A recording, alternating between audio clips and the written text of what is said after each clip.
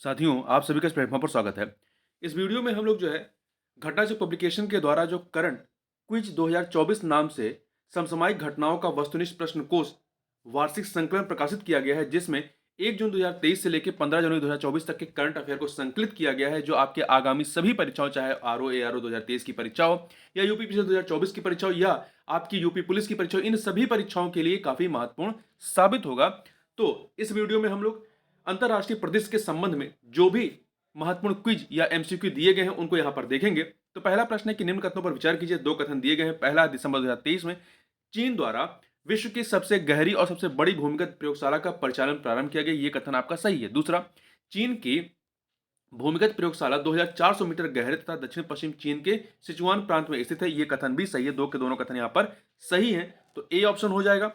अगले प्रश्न पर चलते हैं। अगला है कि निम्न कथनों पर विचार कीजिए। आपके पास तीन कथन दिए गए हैं, बताना है उपयुक्त कथनों में से कौन सा या से कथन सही है। तो पहला, संयुक्त राष्ट्र का 28वां जलवायु परिवर्तन सम्मेलन COP28 2023 30 नवंबर से लेकर 12 दिसंबर तक संयुक्त अरब अमीरात के दुबई में आयोजित किया गया। ये कथन सही है। दूसरा, इस सम्मेलन में भारत ने ग्रीन किट पहल की शुरुआत की। ये कथन भी सही है। तीसरा, COP29 वर्ष 2024 में जापान में आयोजित होगा। ये कथन गलत है, क्योंकि जो COP29 है 2024 में, ये अजरबैजान के बाकू में आयोजित किया जाएगा, ना कि जापान में आयोजित किया जाएगा। ठीक है, तो पहला दूसरा सही है, इसलिए बी ऑप्शन हो जाएगा आपका। यहां पर देखिए, जो ये COP28 का आयोजन था वो आपका 30 नवंबर से 12 दिसंबर 2023 के मध्य में कहां पर, संयुक्त अरब अमीरात के दुबई में आयोजित हुआ। जबकि COP27 मतलब इससे पहले वाला जो 2022 में आयोजित हुआ था, वो कहां पे हुआ था? मिस्र के शर्म अल शेख में हुआ था। मिस्र के शर्म अल शेख में हुआ था। ये जो COP28 है, इसका उद्देश्य क्या है? तो वैश्विक तापमान वृद्धि को 1.5 डिग्री तक सीमित करने के लिए वैश्विक समाधानों की पहचान करना तथा पेरिस समझौते के लक्ष्यों को प्राप्त करना। इस सम्मेलन में भारतीय प्रधानमंत्री नरेंद्र मोदी ने भाग लिया था। इस सम्मेलन में भारत ने मिशन लाइफ के आदर्शों को आगे बढ़ाते हुए अभिनव पर्यावरण कार्यक्रमों और उपकरणों के आदान प्रदान के लिए एक सहयोगी वैश्विक मंच बनाने के उद्देश्य से ग्रीन क्रेडिट पहल की शुरुआत की है। ठीक है, ध्यान रखिएगा, दुबई जलवायु परिवर्तन दुबई में जो COP28 का ये सम्मेलन हुआ है, इसमें क्या कहा गया है कि हरित ऊर्जा को वर्ष 2030 तक 3 गुना तथा ऊर्जा दक्षता को 2 गुना किया जाए। इसके अतिरिक्त नुकसान और क्षति, लॉस एंड डैमेज फंड, जिसे COP27 जो मिस्र में हुआ था में बनाया गया था, उसके लिए $700 मिलियन का वादा किया गया है। देशों को अपने स्वैच्छिक जलवायु लक्ष्य NDC 2024 के अंत तक पूरे करने होंगे। आगे बढ़ते हैं। अगला प्रश्न आपका दिया गया है कि हाल ही में जारी जलवायु परिवर्तन प्रदर्शन सूचकांक 2024 से संबंधित निम्न कथनों पर विचार कीजिए। दो कथन यहां पर दिए गए हैं। पहला, जलवायु परिवर्तन प्रदर्शन सूचकांक 2024 के बारे में। यह सूचकांक संयुक्त राष्ट्र पर्यावरण कार्यक्रम यूनेप के द्वारा जारी किया गया। यह कथन आपका सही नहीं है। क्यों सही नहीं है? क्योंकि इसे जो है German watch new climate action network द्वारा संयुक्त रूप से जारी किया गया है। तो पहला कथन गलत हो गया। दूसरा, इसमें भारत 7वें स्थान पर रहा है। यह कथन आपका सही है। ध्यान रखिए कि जलवायु परिवर्तन प्रदर्शन सूचकांक 2024 में भारत किस स्थान पर है? तो भारत जो है वो दूसरे स्थान पर है, दूसरे स्थान पर है। ठीक है, इसमें कुल जो है 63 देश शामिल थे और डेनमार्क जो है शीर्ष स्थान पे है, भारत 7वें पे है। शीर्ष 3 स्थान जो है रिक्त रखे जाने का डेनमार्क इस सूचकांक में चौथे पे, मतलब टॉप पे आपका डेनमार्क ही है, परंतु उससे ऊपर के जो 3 रैंक है वो खाली है। ध्यान रखिएगा कि 2023 में जो भारत है वो आपका 7वें स्थान पे, जबकि इससे पहले जो है 2022 वाले में भारत, ये सॉरी 2024 में भारत 7वें पे है, जबकि 2023 में भारत जो है वो 8वें स्थान पे था। ध्यान रखिएगा, 2024 में 7वें स्थान पे, 2023 में 8वें स्थान पे था, मतलब एक अंक की क्या हुई? बढ़ोतरी हुई है। आगे चलते हैं। अगला है 6 दिसंबर 2023 को अमेरिकी पत्रिका टाइम द्वारा घोषित पर्सन ऑफ द ईयर 2023 किसे चुना गया है? तो ये टेलर स्विफ्ट को ये अमेरिकी प्रसिद्ध अमेरिकी पॉप सिंगर हैं। ठीक है, और एथलीट ऑफ द ईयर किसे चुना गया है? तो एथलीट ऑफ द ईयर जो है वो अर्जेंटीना के प्रसिद्ध फुटबॉल खिलाड़ी लियोनेल मेसी को चुना गया, लियोनेल मेसी को। वहीं कुछ अन्य चीजों को देखें तो वर्ष 2022 में यूक्रेन के राष्ट्रपति व्लादिमीर जेलेंस्की एवं द स्पिरिट ऑफ यूक्रेन को पर्सन ऑफ द ईयर घोषित किया गया था 2022 में। ठीक है, टाइम पत्रिका द्वारा वर्ष 1927 से ऐसे व्यक्तियों, समूहों, विचारों अथवा घटनाओं का चुनाव अपने पाठकों के मतदान के आधार पर किया जाता है जिन्होंने विश्व समुदाय को सबसे अधिक सकारात्मक अथवा नकारात्मक रूप से प्रभावित किया हो। भारत की ओर से महात्मा गांधी पहले व एकमात्र व्यक्ति रहे जिन्हें वर्ष 1930 में पर्सन ऑफ द ईयर चुना गया था। ठीक है, आगे बढ़ते हैं। 1 दिसंबर 2023 को कौन सा देश अंतरराष्ट्रीय समुद्री संगठन IMO परिषद के लिए चुनाव में सर्वाधिक वोट प्राप्त वोट प्राप्त कर पुनः चुना गया है, तो ये है भारत। ठीक है, भारत चुना गया है, ध्यान रखिएगा। और ये कब तक के लिए चुना गया है? 2024-25 की द्विवार्षिक सत्र के लिए। आगे बढ़ते हैं, और ये कहां पर है? इसका अंतर्राष्ट्रीय समुद्री संगठन का मुख्यालय कहां, ध्यान रखिएगा, ये लंदन में है। अगला है, हाल ही में किस मंदिर को विश्व का 8वां आश्चर्य घोषित किया गया है? तो ये है आपका अंकोर वाट मंदिर। कंबोडिया का अंकोर वाट मंदिर को 8वां आश्चर्य के रूप में दर्ज किया गया है। ये मंदिर है कहां पे? तो कंबोडिया के शियम रीप प्रांत में है। और इसका निर्माण किसने किया था? खमेर राजा सूर्यवर्मन द्वितीय द्वारा प्रारंभ किया गया, और जयवर्मन सेवन द्वारा जो है, या जयवर्मन सप्तम के द्वारा इसको पूर्ण कराया गया था। और मंदिर का निर्माण कार्य क्या है? निर्माण काल कौन सा है? तो 12वीं सदी में इसको निर्माण किया गया था। और यहां ध्यान रखिएगा, अन्य विशेषताएं क्या है अंकोर वाट की? सबसे बड़े धार्मिक स्थल का गिनीज वर्ल्ड रिकॉर्ड है इसके नाम में, और कई शताब्दियों तक खमेर साम्राज्य का यह केंद्र रहा है। अगला है, नवंबर 2023 में कौन सा देश अंतर्राष्ट्रीय सौर गठबंधन का 95वां सदस्य बन गया है? तो ये चिली बना है। 95 नंबर का सदस्य जो है, ये आपका चिली बना है। देखिए, ये जो अंतर्राष्ट्रीय सौर गठबंधन है, इसकी शुरुआत भारत और फ्रांस के द्वारा संयुक्त रूप से वर्ष 2015 में पेरिस में आयोजित COP21 के दौरान की गई थी। इसका मुख्यालय कहाँ है? हरियाणा के गुरुग्राम में। आगे बात करते हैं, नवंबर 2023 में जारी अनुकूलन अंतराल रिपोर्ट एडॉप्टेशन गैप रिपोर्ट 2023 से संबंधित निम्न कथनों पर विचार कीजिए। निम्न कथनों पर विचार कीजिए। तो यहां पर आपके पास दो कथन दिए गए, बताना है सही कथन कौन सा है। अनुकूलन अंतराल रिपोर्ट या एडॉप्टेशन गैप रिपोर्ट, यह रिपोर्ट संयुक्त राष्ट्र विकास कार्यक्रम यूएनडीपी के द्वारा जारी किया गया है? नहीं, इसे जो है संयुक्त राष्ट्र पर्यावरण कार्यक्रम यूनेप के द्वारा जारी किया गया है, यूनेप के द्वारा, यूनाइटेड नेशन इन्वायरमेंट प्रोग्राम के द्वारा। ठीक है, तो यहां पर पहला कथन आपका गलत हो जाता है। तो ध्यान रखिएगा कि अनुकूलन अंतराल रिपोर्ट कौन जारी करता है? यूनेप जारी करता है। इसके अनुसार इस दशक में विकासशील देशों में अनुकूलन की अनुमानित लागत प्रति वर्ष 215 बिलियन अमेरिकी डॉलर होने का अनुमान है। तो पहला कथन गलत है, दूसरा सही है, इसलिए बी ऑप्शन यहां पर आपका सही हो जाएगा। ठीक है, इसकी मुख्य बातें क्या है कि इसमें अनुकूलन कार्यों की योजना, वित्त पोषण और कार्यान्वयन प्रगति का उल्लेख किया गया। इसके अनुसार विकासशील देशों की अनुकूलन वित्त आवश्यकताएं अंतर्राष्ट्रीय सार्वजनिक वित्त प्रवाह से 10 से 18 गुना बढ़ी हैं, और यह पिछली सीमा के अनुमान से 50% अधिक है। इस दशक में विकासशील देशों में अनुकूलन की अनुमानित लागत प्रतिवर्ष 215 बिलियन यूएस डॉलर होने का अनुमान है, तथा घरेलू अनुकूलन प्राथमिकताओं को लागू करने के लिए आवश्यक अनुकूलन वित्त प्रतिवर्ष 387 बिलियन यूएस डॉलर अनुमानित है। यह ध्यान रखिएगा, यूनेप की स्थापना कब हुई थी? 1972 में। इसका मुख्यालय कहां है? केन्या की राजधानी नैरोबी में।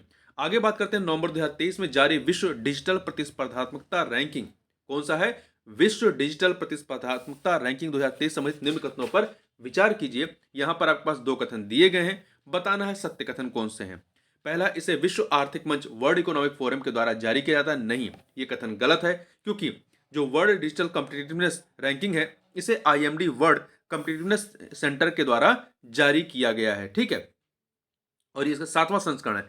तो पहला कथन गलत हो गया। दूसरा, इस रैंकिंग में भारत 49वें स्थान पर रहा है, तो ये बी वाला ऑप्शन आपका सही हो जाएगा। ठीक है, इसमें कुल 67 देश थे, सॉरी 64 देश थे, 64 देश इसमें शामिल थे, 64। ठीक है, और इन 64 में भारत जो है 49वें नंबर पे। भारत किस नंबर पे है? 49वें नंबर पे है। नंबर 1 पर कौन है? यूएसए है, दूसरे पे नीदरलैंड है, तीसरे पे सिंगापुर है, चौथे पे डेनमार्क है, पांचवें पे स्विट्जरलैंड। अब पहले तीन याद रखिए, यूएसए, नीदरलैंड, सिंगापुर। यूएसए है, नीदरलैंड है, फिर सिंगापुर है। ठीक है, सबसे निम्नतम स्थान पर कौन है? सबसे लास्ट पे कौन है? 64 नंबर पे वेनेजुएला है। भारत 49वें नंबर पे, याद रखिएगा। आगे बढ़ते हैं, तीसरे विश्व हिंदू कांग्रेस 2023 से संबंधित निम्न कथनों पर विचार कीजिए। यहां पर दो कथन दिए गए हैं। पहला कथन है कि यह कार्यक्रम 24 से 26 नवंबर 2023 के मध्य थाईलैंड के बैंकॉक में आयोजित किया गया। यह कथन सही है। ठीक है, कहां पर हुआ? थाईलैंड के बैंकॉक में। दूसरा, पहला विश्व हिंदू कांग्रेस वर्ष 2014 में नई दिल्ली, भारत में आयोजित हुआ था। यह कथन भी सही है आपका। दो के दोनों कथन यहां पर सही हैं, तो सी ऑप्शन हो जाएगा। देखिए, इसका आयोजन जो है विश्व हिंदू फाउंडेशन के द्वारा कराया गया था, और इसका मुख्य विषय क्या था? जैश आयतनम धर्मः, जैश आयतनम धर्मः। 24 से 26 नवंबर 2023 के मध्य में बैंकॉक, थाईलैंड के बैंकॉक में आयोजित किया गया। अगला है, हाल ही में किस दक्षिण एशियाई देश ने पहले समलैंगिक विवाह का कानूनी रूप से पंजीकरण किया है? तो किसने किया है? नेपाल ने किया है। ठीक है, ध्यान रखिए, भारत के पड़ोसी देश नेपाल ने। युगल का नाम क्या है? सुरेंद्र पांडे एवं माया गुरंग। एशिया का अन्य देश जहां समलैंगिक विवाह को विधिक मान्यता दी गई है वो कौन सा है? वो है ताइवान। भारत के संदर्भ में समलैंगिकता को देखें तो समलैंगिकता विधिक मान्यता प्राप्त है, परंतु समलैंगिक विवाह जो है वो विधिक रूप से मान्य नहीं है। समलैंगिक विवाह को मान्यता देने वाला पहला देश कौन सा है? डेनमार्क है। नवंबर 2023 में आसियान देशों के रक्षा मंत्रियों की 10वीं बैठक, आसियान देशों के रक्षा मंत्रियों की 10वीं बैठक प्लस 2023 कहाँ आयोजित हुई? तो ये आपका इंडोनेशिया के जकार्ता में आयोजित हुई। ठीक है, इस बैठक में भारतीय प्रतिनिधिमंडल का नेतृत्व किया था रक्षा मंत्री राजनाथ सिंह ने। आगे देखें थोड़ा सा, ये जो आपका एडीएम प्लस है, एडीएम प्लस ये क्या है? देखिए यह आसियान देशों के हित में सर्वोच्च रक्षा परामर्श व सहकारी तंत्र है। यह आसियान सदस्य, इसमें कौन से 10 देश हैं? ब्रुनोई, कंबोडिया, इंडोनेशिया, लाओपीडियार अर्थात Laos, Malaysia, Myanmar, Philippines, Singapore, Thailand तथा वियतनाम के लिए एक महत्वपूर्ण संवाद मंच की भूमिका निभाता है। इसमें 8 संवाद भागीदार देश में कौन कौन है? भारत है, अमेरिका है, चीन, रूस, जापान, दक्षिण कोरिया, ऑस्ट्रेलिया व न्यूजीलैंड शामिल है। अभी इसका एक नया सदस्य बना है, अभी तक 10 सदस्य थे, एक 11वां सदस्य बना तिमोर लेस्ते, ध्यान रखिएगा। आगे बढ़ते हैं। किस कैरेबियाई द्वीप में स्पर्म वेल के लिए विश्व का पहला समुद्री संरक्षित क्षेत्र बनाया जा रहा है? तो ये है आपका डोमिनिका। डोमिनिका जो कैरेबियाई द्वीप है यहां पर। ठीक है, कैरेबियाई द्वीप डोमिनिका में नए रिजर्व के रूप में नामित किया जाएगा। द्वीप के पश्चिमी हिस्से में लगभग 300 वर्ग मील क्षेत्र। अगला है, दो कथन दिए गए हैं, अगले में आपके पास दो कथन दिए गए हैं, इन्हें बताना है इन दो कथनों में से कौन से सही है। पहला, 13 से 17 नवंबर 2023 के मध्य दुबई एयर शो 2023 दुबई में आयोजित हुआ, सही है। दूसरा, इसमें भाग लेने के लिए भारतीय वायुसेना के दस्ते में 2 स्वदेशी प्लेटफॉर्म हल्के लड़ाकू विमान एलसीए तेजस और अत्याधुनिक हल्के हेलीकॉप्टर ध्रुव शामिल हुए, ये कथन सही है। दो के दोनों कथन यहां पर सही है, सी ऑप्शन हो जाएगा आपका। ठीक है, यह एक द्विवार्षिक एयर शो मतलब 2 वर्ष में एक बार होता है। अगला है, निम्न कथनों पर विचार कीजिए। यहां पर आपके पास दो कथन दिए गए हैं, पहला है 11 से 17 नवंबर 2023 के मध्य Asia Pacific Economic Cooperation APEC 2023 बैठक यूएसए के सैन फ्रांसिस्को में आयोजित हुई, ये कथन आपका सही है, ये कथन आपका सही है। एपेक एपीईसी अर्थात Asia Pacific Economic corporation, APEC की स्थापना वर्ष 1995 में हुई थी? नहीं, एपेक की स्थापना वर्ष 1995 में नहीं हुई थी। ठीक है, तो इसलिए ये गलत है। एपेक की स्थापना कब हुई थी? 1989 में, 1989 में हुई थी। ठीक है, तो पहला सही है, दूसरा गलत, ए ऑप्शन हो जाएगा आपका। तो कहां पर हुआ? यूएसए के सैन फ्रांसिस्को में। अध्यक्षता किसने की? अमेरिकी राष्ट्रपति जो बाइडेन ने। मुख्य विषय क्या था?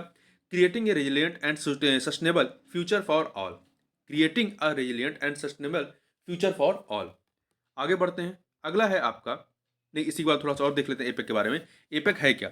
यह एशिया प्रशांत क्षेत्र की बढ़ती परस्पर निर्भरता का लाभ उठाने के लिए एक क्षेत्रीय आर्थिक मंच है। इसका स्थापना 1989 में। इसका मुख्यालय कहाँ है? सिंगापुर में। कुल सदस्य देश कितने हैं? 21 हैं, 21। आगे बढ़ते हैं, नवंबर 2023 में, ध्यान रखिए एपेक में भारत शामिल नहीं है। नवंबर 2023 में भारत ओपेक ऊर्जा वार्ता की छठी उच्च स्तरीय बैठक 2023 कहाँ आयोजित हुई? तो यह जो है बियाना, ऑस्ट्रिया की राजधानी बियाना में आयोजित हुई।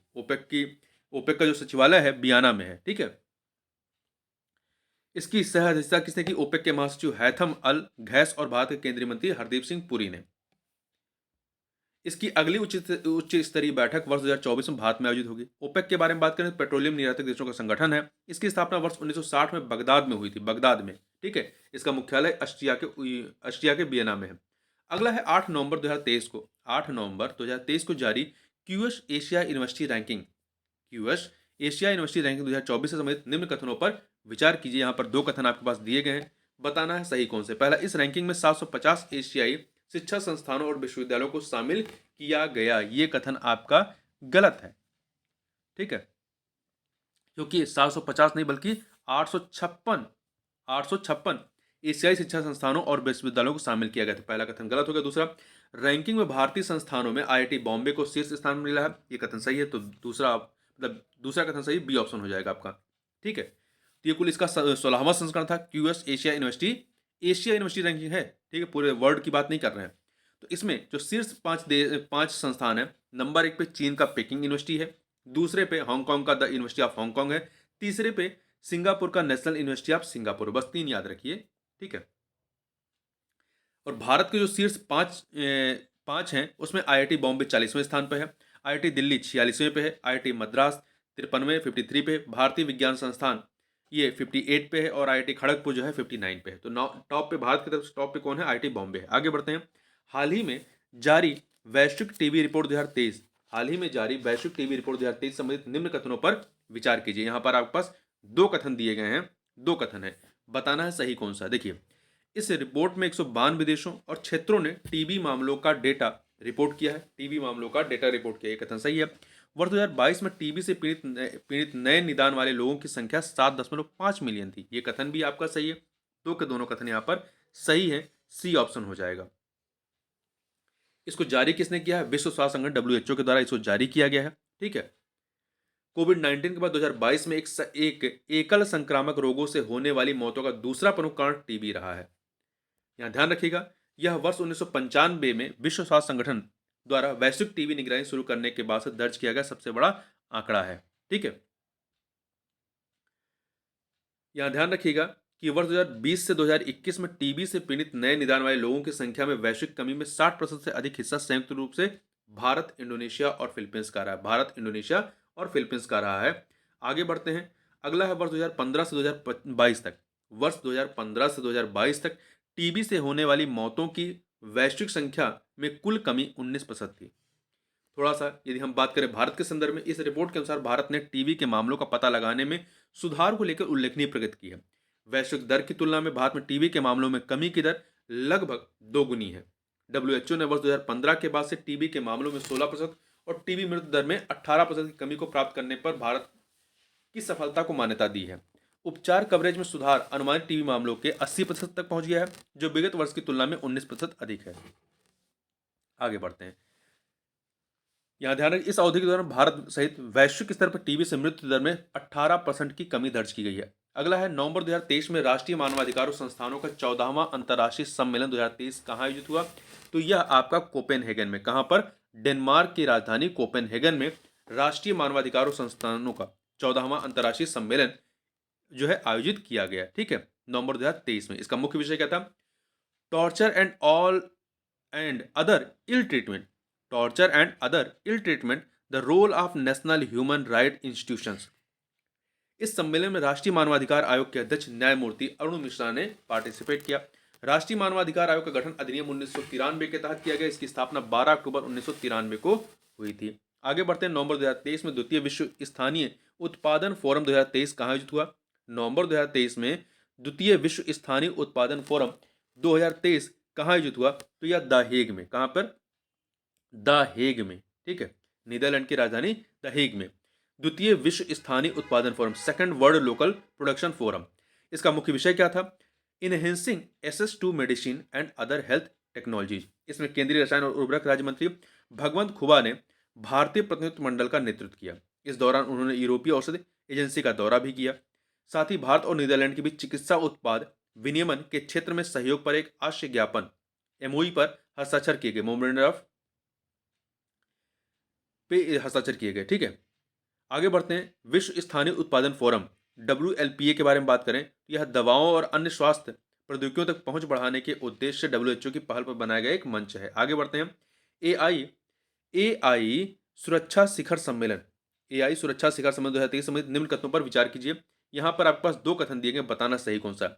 यह शिखर सम्मेलन 1 से 2 नवंबर 2023 के मध्य यूनाइटेड किंगडम के बगिंगम शायर के बैले चले पार्क में आयोजित हुआ। यह कथन आपका सही है। दूसरा, केंद्रीय इलेक्ट्रॉनिक और IT राज्य मंत्री राजीव चंद्रशेखर ने इस सम्मेलन में भारत का प्रतिनिधित्व किया। यह कथन सही है। 2 के दोनों कथन सही है। सी ऑप्शन यहां पर हो जाएगा, सी ऑप्शन, ठीक है। अगला है, नवंबर 2023 में चीन में विश्व की सबसे तेज इंटरनेट सेवा लॉन्च की गई। इस इंटरनेट सेवा की गति कितनी है, स्पीड कितनी है? तो इसकी है 1.2 टेराबिट्स प्रति सेकंड है, 1.2 टेराबिट्स प्रति सेकंड, ठीक है।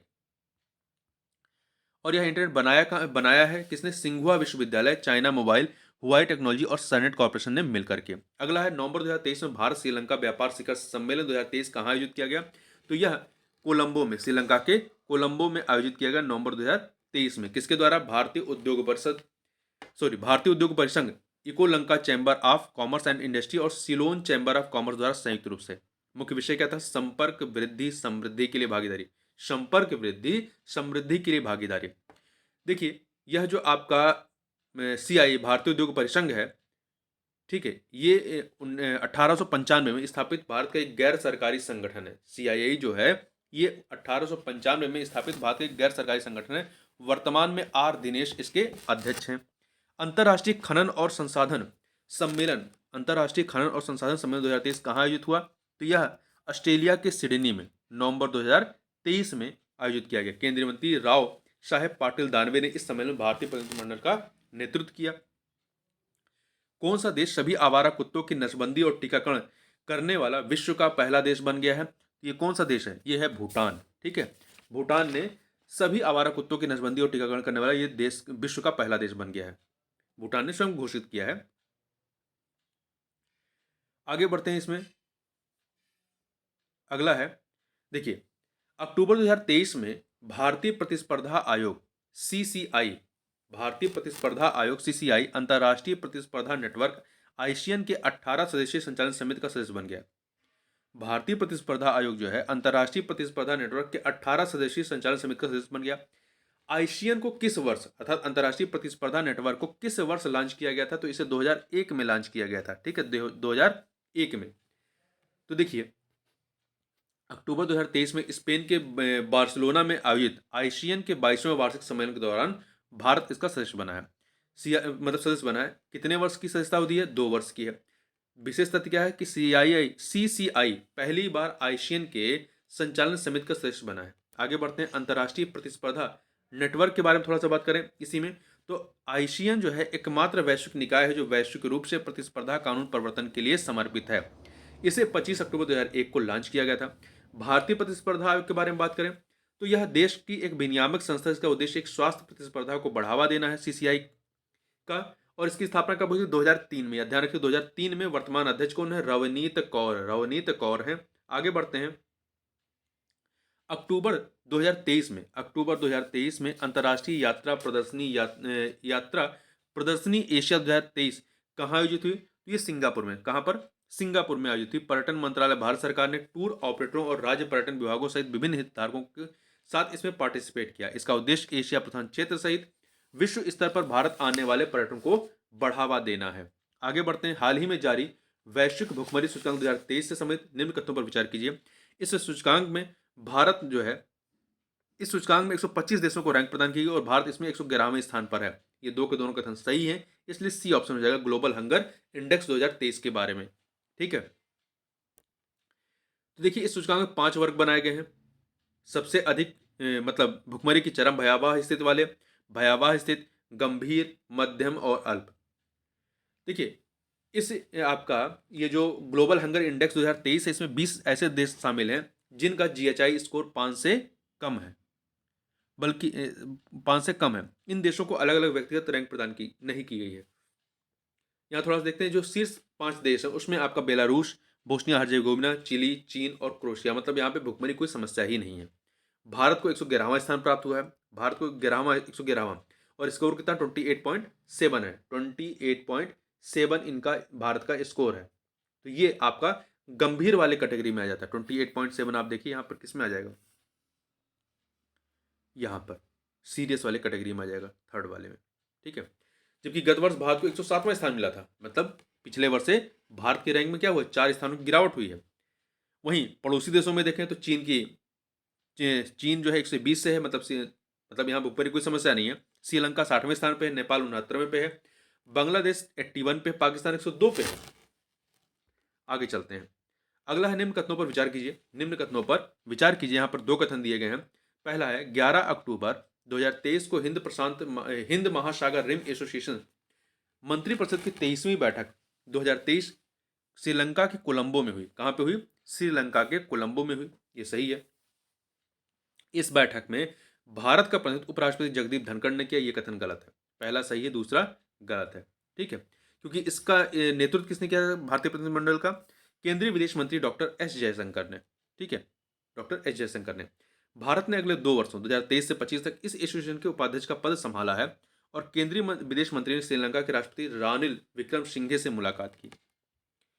आगे चलते हैं। दक्षिण पूर्व एशिया की पहली हाई स्पीड ट्रेन के संबंध में विकल्प में कौन सा तथ्य सही नहीं है?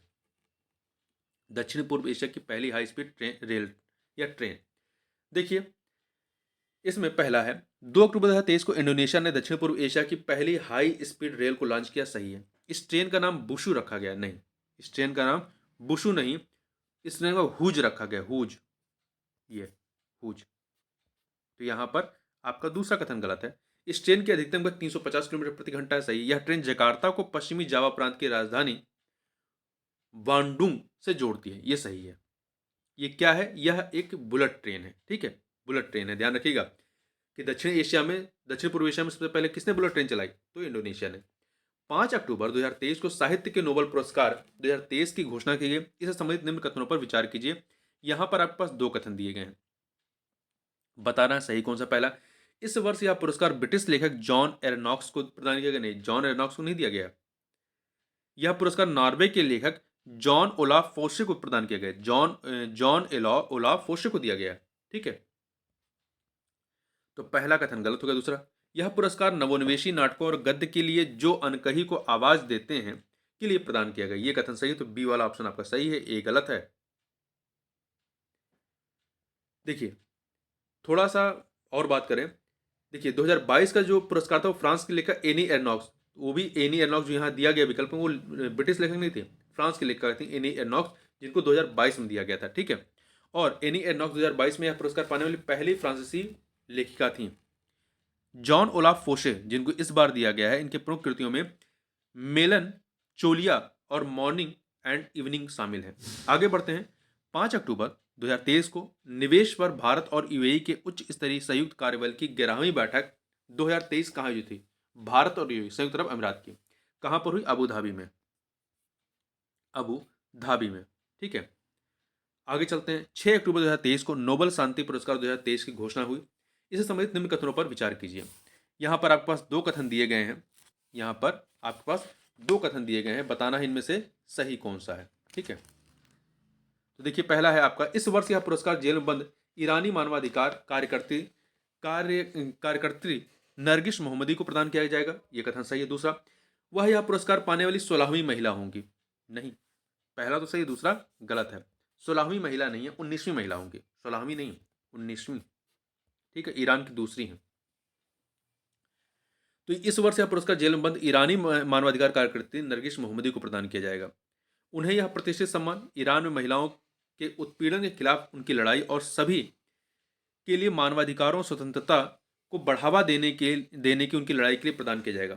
वह ईरान के डिफेंडर्स ऑफ ह्यूमन राइट्स के उपाध्यक्ष भी हैं। आगे बढ़ते हैं। निम्न कथनों पर विचार कीजिए। यहाँ पर आपके पास 2 कथन दिए गए हैं और बताना सही कथन कौन से हैं। पहला, 7 अक्टूबर 2023 को हमास चरमपंथियों द्वारा इजराइल पर भीषण हमला किया गया, जिससे दोनों के मध्य पुराने विवाद के कारण संघर्ष का रूप धारण कर लिया, सही है। हमास फिलिस्तीन का एक इस्लामिक चरमपंथी समूह है जो गाजा पट्टी से संचालित होता था। इसे संयुक्त राज्य अमेरिका सहित कई राष्ट्रों द्वारा आतंकवादी समूह घोषित किया गया। ध्यान रखिएगा, भारत ने इसे आतंकवादी समूह नहीं घोषित किया है, ठीक है, ना ही यूएन ने घोषित किया है। तो यहां पर पहला और दूसरा कथन आपका सही है।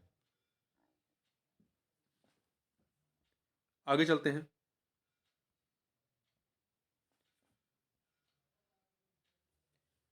एक सेकेंड, देखिए थोड़ा सा बात कर लें। हमास फिलिस्तीन का इस्लामिक चरमपंथी समूह है जो गाजा पट्टी से संचालित होता है। वर्ष 1947 में संयुक्त राष्ट्र ने फिलिस्तीन को 2 भागों में विभाजित कर दिया था। पहला अरब राज्य तथा दूसरा इजराइल बनना था। ध्यातव्य है कि फिलिस्तीन का अस्तित्व रोमन काल से ही माना जाता है। वर्ष 1948 में इजराइल ने अपने को स्वतंत्र राष्ट्र के रूप में घोषित किया था, परंतु इजराइल के अस्तित्व को अस्वीकार करने वाले पूरे क्षेत्र को फिलिस्तीन के रूप में मान्यता देते हैं। आगे बढ़ते हैं।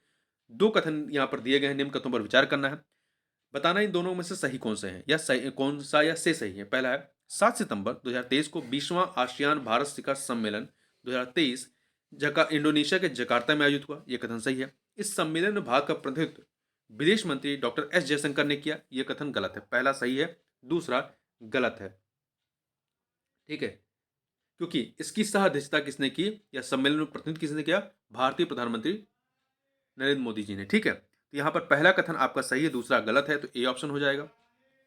देखिए, यह सम्मेलन इंडोनेशिया की मेजबानी में संपन्न हुआ। आसियान के वर्तमान अध्यक्ष इंडोनेशिया के राष्ट्रपति जोको विडोडो ने इस सम्मेलन की अध्यक्षता की। प्रधानमंत्री नरेंद्र मोदी ने इस शिखर सम्मेलन की सह अध्यक्षता की थी। इसमें भारत और आसियान नेताओं के अलावा तिमोर लेस्ते ने पर्यवेक्षक के रूप में भाग लिया था। आगे बढ़ते हैं। हाल ही में वैश्विक नवाचार सूचकांक 2023 समेत निम्न कथनों पर विचार कीजिए। निम्न कथनों पर विचार कीजिए। यहाँ पर आपके पास दो कथन दिए गए हैं। इस सूचकांक में स्वीडन को शीर्ष स्थान प्राप्त हुआ। देखिए, वैश्विक नवाचार सूचकांक में स्वीडन को शीर्ष स्थान प्राप्त नहीं हुआ है। ध्यान रखिएगा, किसको मिला है? स्विट्जरलैंड को शीर्ष स्थान मिला है। स्विट्जरलैंड को, यहाँ पे देखिए, स्वीडन जो है दूसरे नंबर पे है, स्विट्जरलैंड पहले पे है, स्वीडन दूसरे पे है, तो पहला गलत होगा। दूसरा, इसमें भारत को 40वां स्थान मिला है। ये कथन आपका सही है। पहला गलत, दूसरा सही, इसलिए बी ऑप्शन हो जाएगा। देखिए, वैश्विक नवाचार सूचकांक ग्लोबल इनोवेशन इंडेक्स 2023 के बारे में बात करें तो इसे विश्व बौद्धिक संपदा संगठन WIPO के द्वारा लॉन्च किया गया, मतलब जारी किया गया। कुल 132 देश में शामिल थे। इसकी थीम क्या थी? Innovation in the face of uncertainty. Innovation in the face of uncertainty. यह 2007 से प्रकाशित होने वाली इस रिपोर्ट का 16वां संस्करण था। इसमें टॉप पे स्विट्जरलैंड है, दूसरे पे स्वीडन है, तीसरे पे USA है। ठीक है, टॉप के तीन याद रखिएगा, स्विट्जरलैंड, स्वीडन और सिंगापुर। सबसे लास्ट 132वें नंबर पे अंगोला है। भारत जो है 40वें स्थान पर है। पिछले साल भी भारत जो है 40वें स्थान पर ही था। ध्यान रखिएगा, 2023 में भी 40 पे है, 2022 में भी 40वें स्थान पर था। आगे बढ़ते हैं। 29 अगस्त 2023 को नीति आयोग और UNDP इंडिया के मध्य SDG स्थानीयकरण आंकड़ा संचालित निगरानी आकांक्षी जिलों और ब्लॉकों सहित कई क्षेत्रों में सहयोग की रूपरेखा को औपचारिक रूप देने के उद्देश्य से समझौता ज्ञापन हस्ताक्षरित हुआ। इस समझौता ज्ञापन की अवधि कितनी है? तो इसकी अवधि है जो 5 वर्ष। कितनी है? 5 वर्ष है। ठीक है, आगे बढ़ते हैं। 15वें ब्रिक्स शिखर सम्मेलन 2023 समेत निम्न कथनों पर विचार कीजिए। यहां पर आपके पास दो कथन दिए गए हैं, बताना है सही कौन सा है। 22 से 24 अगस्त 2023 के मध्य यह सम्मेलन संघई में संपन्न हुआ। कहां पर हुआ? संघई में संपन्न हुआ। ठीक है, चाइना के संघई में। तो ये कथन बताना है कौन सा कथन सही नहीं है। ये कथन आपका गलत है, क्योंकि संघई में संपन्न नहीं हुआ। दूसरा, 16वां ब्रिक्स शिखर सम्मेलन 2024 रूस के कजान में आयोजित होगा। ये कथन आपका सही है। पहला गलत है, दूसरा सही है, तो बी ऑप्शन। देखिए, 15वें ब्रिक्स शिखर सम्मेलन के बारे में बात करें तो इसका आयोजन कहां पर हुआ था? दक्षिण अफ्रीका के जोहान्सबर्ग में। दक्षिण अफ्रीका के राष्ट्रपति सिरिल रामाफोसा ने इस सम्मेलन की अध्यक्षता की। इसका मुख्य विषय क्या था? ब्रिक्स और अफ्रीका पारस्परिक रूप से त्वरित विकास के लिए साझेदारी, सतत विकास और समावेशी बहुपक्षवाद। BRICS and Africa partnership for mutually accelerated growth, sustainable development and inclusive multilateralism. इस सम्मेलन में भारत का प्रतिनिधित्व प्रधानमंत्री नरेंद्र मोदी ने किया। इस सम्मेलन में भारत का प्रतिनिधित्व प्रधानमंत्री नरेंद्र मोदी ने किया। इसमें ब्रिक्स देशों के नेताओं ने राजनीतिक, आर्थिक, सांस्कृतिक और मानवीय मुद्दों, सहयोग के मुद्दों पर चर्चा की।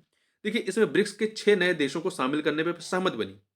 अर्जेंटीना, ईरान, संयुक्त अरब अमीरात, सऊदी अरब, इथोपिया और मिस्र। पर यहाँ ध्यान रखिएगा कि अर्जेंटीना ने जो है इसमें बाद में शामिल होने से मना कर दिया।